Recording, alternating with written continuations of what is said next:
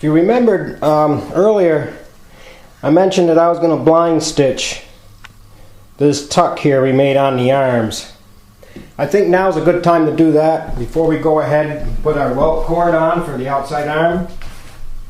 So I'll just catch that now.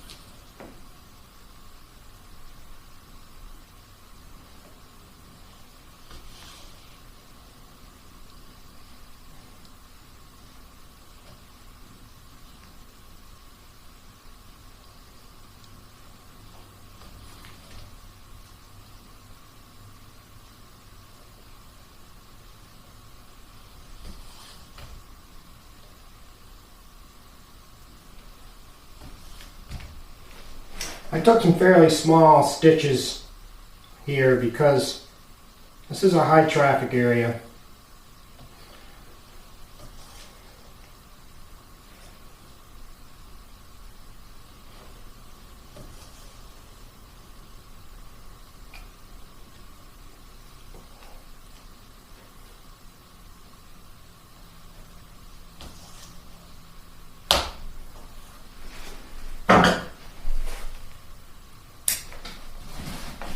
On the outside arm, we're going to run our welt cord from up underneath the front, around, down through here, like that.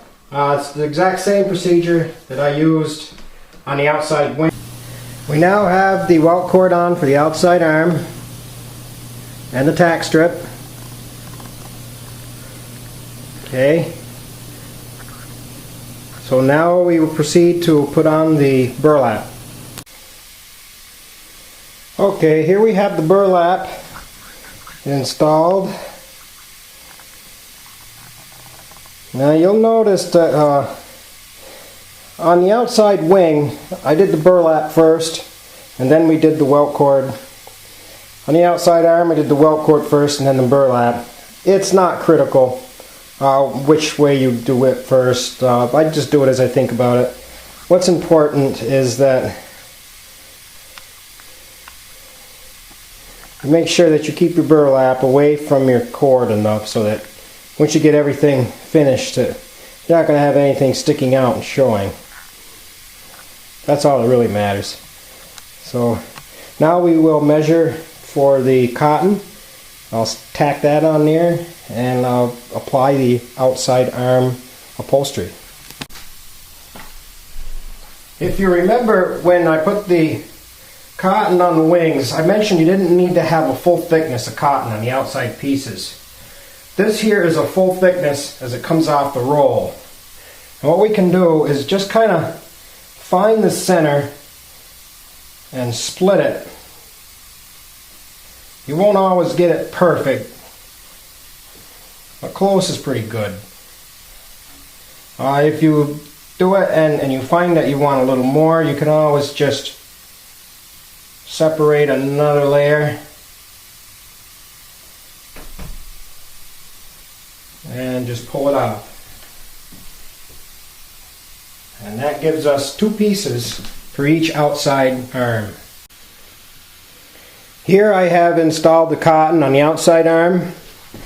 Now, what I'm going to have to do next is cut out the arm, trace the shape to get it to what I want. And what we'll do is we will fold it upside down and we will tack it along here, and then we'll fold it back down. In some cases you might want to do this tacking to your outside arm upholstery first and then put your cotton on. Depends on your chair and what you're doing. It may have been a better way to do it here, but I'll be able to work around that okay. Here you can see underneath the arm where I've got the tack strip in there. I tack that down underneath the chair. This cotton, I'll be able to lift this up, tuck it in under there. I'll put a tack or two in there just to hold that up, kind of pad that tack strip. This is the part I just showed you underneath where the tack strip is. And see, that's going to fold down like this. And I'll continue. I'll trace around my welt cord and do my trimming, and then we can pull that tight. And blind stitch along the front welt cord. Okay, we have this placed well enough so that we can go ahead and stitch that up.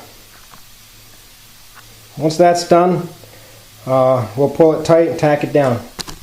And here we have the finished arm.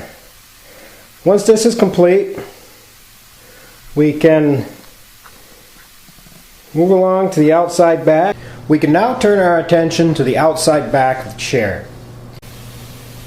Here you can see the burlap is installed. It's stapled, and then I folded the edges over and stapled it again.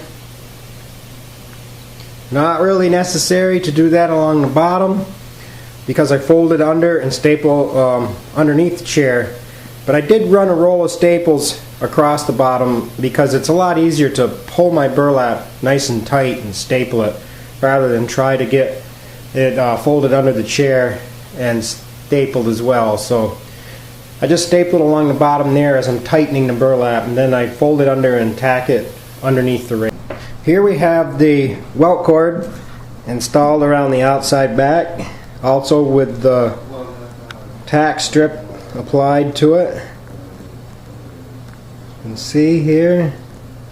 Now you'll notice there's 2 rolls of staples here.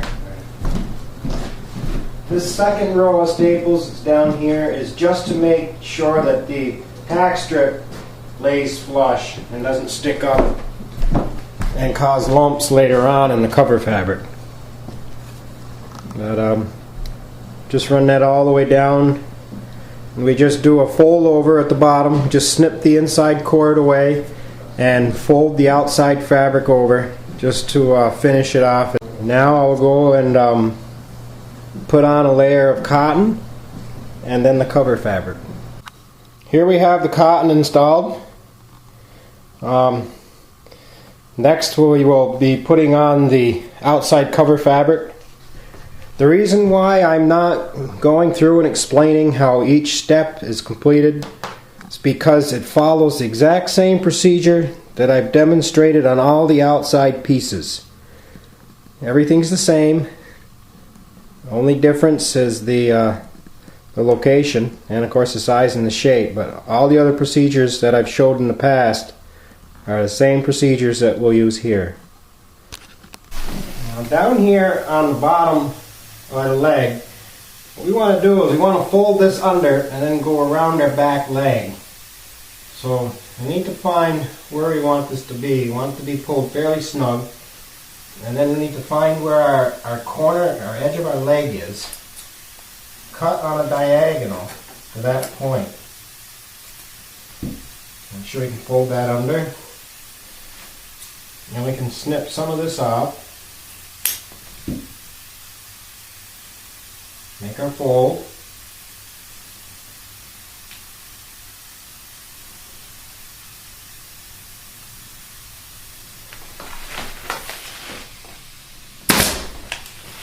then the rest of this can be pulled tight and just pulled under and stapled along the bottom.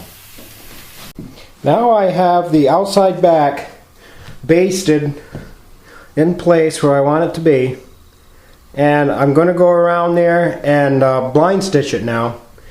But you've noticed I've left the bottom unattached. I'm going to wait until I have the sides and the top completely stitched and the staples removed, and then I'll go ahead and pull that tight and tack that along the bottom.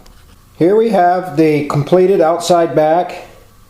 It's been blind stitched all around the outside along the welt cord. The underneath has been pulled under and tacked.